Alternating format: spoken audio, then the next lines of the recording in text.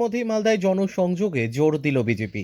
বুধবারের পর বৃহস্পতিবার সকালেও মালদা শহরে চাই পে চর্চা কর্মসূচির মাধ্যমে সাধারণ মানুষের সঙ্গে সরাসরি যোগাযোগে নামলেন বিজেপির রাজ্য নেতা দিলীপ ঘোষ। সকালের শুরুতেই বিজেপির দক্ষিণ মালদা সাংগঠনিক জেলার সভাপতি অজয় গাঙ্গুলি ও দলীয় নেতা কর্মীদের সঙ্গে নিয়ে শহরের রাজপথে প্রাতঃভ্রমণে অংশ নেন তিনি।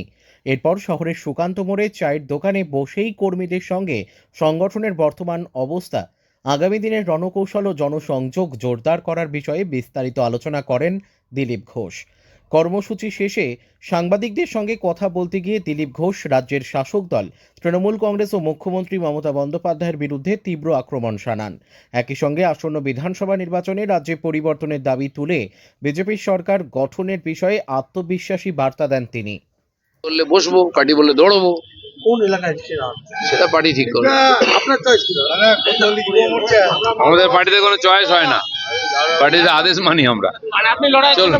চলুন চলুন, লড়াইয়ের জন্য প্রস্তুত? রাস্তায় বসে আছি দেখছেন, আবার প্রস্তুত মানে রেডি একদম।